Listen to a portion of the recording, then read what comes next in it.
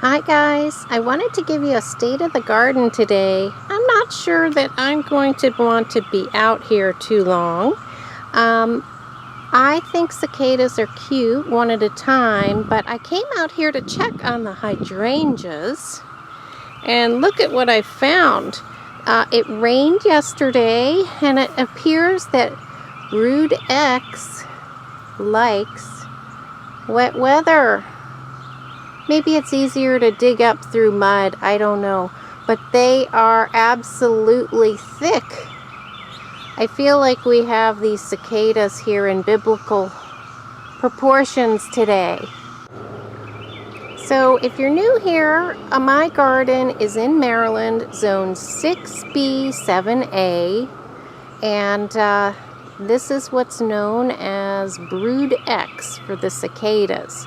And it appears that they come out of the ground and they look for vertical structures to climb as they're sort of drying out their wings. And then they will go up into the trees and lay their eggs in the tips of the branches where it's younger wood, softer wood. And then once those eggs are laid, the branch eventually falls and the larvae can go down into the ground, but they are thick today. I think it's because it rained yesterday, so I don't know how I feel about doing too much gardening today. Try to spend time in my garden every day. It's my zen, whether it's 5 minutes or 5 hours, but this might be a little bit too much for me. I've been trying not to step on them and dodging them on the ground all week, but this is particularly thick. Luckily, I don't think that they're eating the hydrangea. I think they're just using it as a perch. I did also want to give a little update on my bird bath. And if you didn't see my last video, I had mentioned there was a crow bringing its kill to my bird bath. But it seems like I have gotten rid of the problem by putting in the river rocks. And let me just give you a close-up here. It's really nice for the bees. It's not going to be a nice deep bird bath for the birds, but I think it's going to be a safer place for them now that we have rocks there. But filling it up with river rocks seems to have gotten rid of the problem of the crow washing its kill. It was quite a lot of carnage last week with tails and feet and beaks, and it was horrible. So luckily I think I have alleviated the problem. And the bees seem to like the new setup. I see them perching along the edge and sitting on the little rocks. So it's been a nice addition for the bees.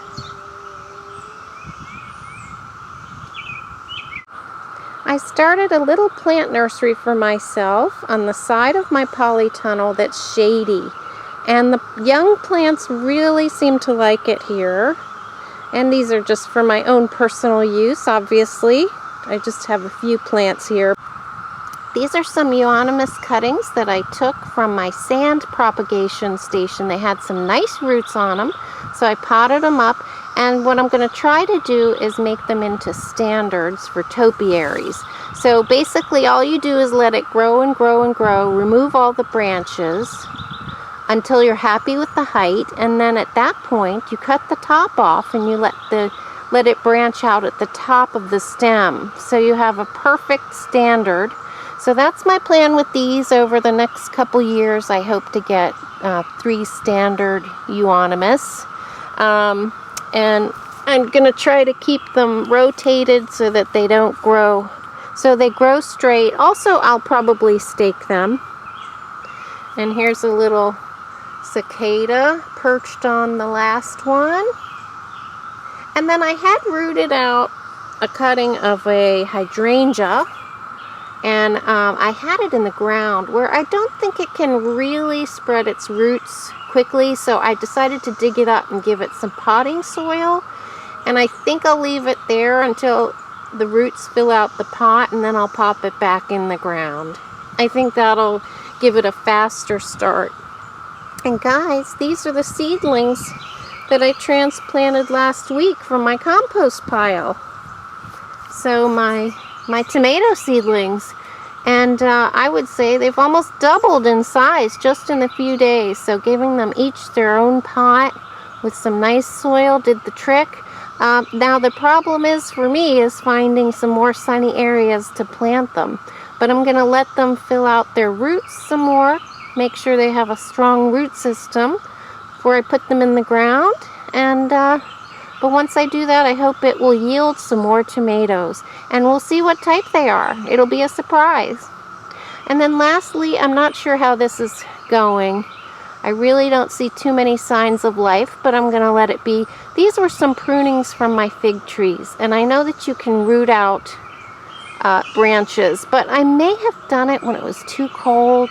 So we'll see if this gives me any propagations. But I have 2 branches in there, and we'll see. This whole area is sort of my experimental propagation area, my little mini plant nursery for my own use. And I don't know, I think it's kind of fun. It's kind of fun to nurture these little babies.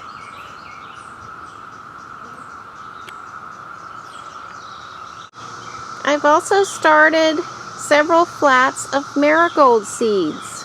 So these are the tiger eye marigolds. So I was happy to see that I got very good germination on them.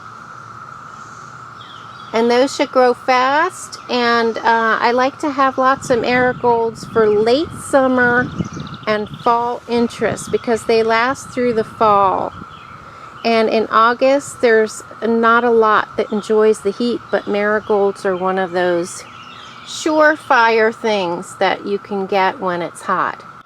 This was a multi-branched fig tree that I trimmed back to 1 branch, and the 1 branch has grown at least a foot this spring. Actually, it looks more like about 18 inches.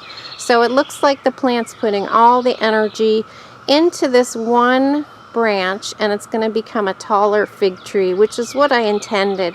I wanted to be able to plant underneath it, and I thought it would be nice to have a canopy of leaves rather than a big fig bush there. So I'm really happy to see that that responded the way I was hoping it would. There were a few branches down there, a couple that are now in my propagation plant nursery area, but that was good to see that what I intended has come to fruition. So that should grow into a beautiful big fig tree as opposed to a fig bush. This is also a little update because these were the geraniums I overwintered, and I did have them over under my red buds in my little potted area, but they are looking very healthy, and they prefer this spot because it's sunnier. So I have them on my bench, which my son and I built. We built this last summer together, but don't look too closely. It's settled a little bit. Nonetheless, I thought it would be beautiful accented with my geraniums. And I'm sure that once we have another couple warm weeks, it'll be covered with red scarlet blooms. I added a yew back here. I think that's very nice to have in a garden. And I'm going for that English garden look. So I'm adding evergreens, and I know that yews are very popular in English gardening. So hopefully I've given it plenty of room. This is a partly shady area, and I think it will be fine here because they do appreciate part shade. But it's part of my campaign to add evergreen interest. And in an effort to add more evergreen interest, I just popped in some cuttings of this little chartreuse euonymus in this. I wanted to form a bit of a hedge. Obviously, I'll have to wait 2 or 3 years to see them get to a decent size, but these grow, I think, about 4 feet tall. These turn into nice bushes. But I planted them 2 weeks ago, and I've kept them watered throughout the 90-degree heat, and the rain gave them a nice bit of water. But these are just branches stuck into the ground, guys, and you can propagate plants this way. Certain plants take really easily to this. And I found that Euonymus is one of those types of plants. And I did underplant it with some Sunshine Mix Cosmos, and these are seeds generated from a batch of flowers grown from seed 2 years ago, and they're special because my son gave me the seed packet for Mother's Day. So I've been trying to propagate those every year. The thing is, we do have rabbits. We have rabbits living under our shed and also under our deck. So I enjoy the rabbits, but I'm hoping they don't discover these cosmos. The Euonymus should be fine, though. They don't seem to bother that type of shrub. Here are the mother plants for those cuttings that I took up near the rustic garden. And they're really beautiful bushes. They give a pop of chartreuse color, and they have done really well for me along this fence. So that's why I repeated them in the back.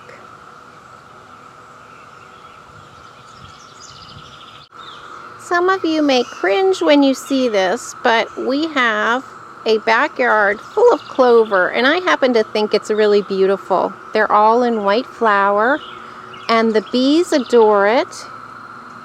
And I'm always thinking about the bees, and the bunnies adore it as well. But before it even gets flowers, the foliage is just so pretty. I personally love clover, and I think it's very good for your garden. So obviously we don't do any chemicals here.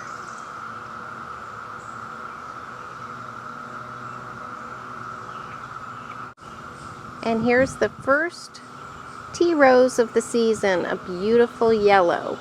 So once that just starts to open, I'm going to cut that and put it in a bud vase for in the house. And I want to end with something pretty here. I have a pot with a Japanese maple seedling that I discovered out in my front lawn last year, and I've potted it up. It's doubled in size, so I'm excited about that. And I have marigolds and mondo grass underneath. And I have a sedum that's doing well in the back. And believe it or not, here it is, almost the end of May, and look at my pansies. They have really held out. The spring has been rather cool here this time around, so they've lasted a long time. And I'm thinking about letting those go to seed and perhaps collecting the seeds. So if you guys have experience with that, let me know. I'd love to know how you've done with that, and whether I should plant them right away or let them stratify. Comment down below if you've ever done that before. So guys, thanks for watching, and I hope your garden isn't as scary as mine. I don't actually have anything against the cicadas, except that there are millions out here, and that's a little bit too much for me. You know, I think they're pretty peaceful creatures, and I haven't seen a lot of damage. I'm sure it's not good for the trees when they lay the eggs in the branches, but, you know, that's nature. That's how they create the next generation, which will be here in another 17 years.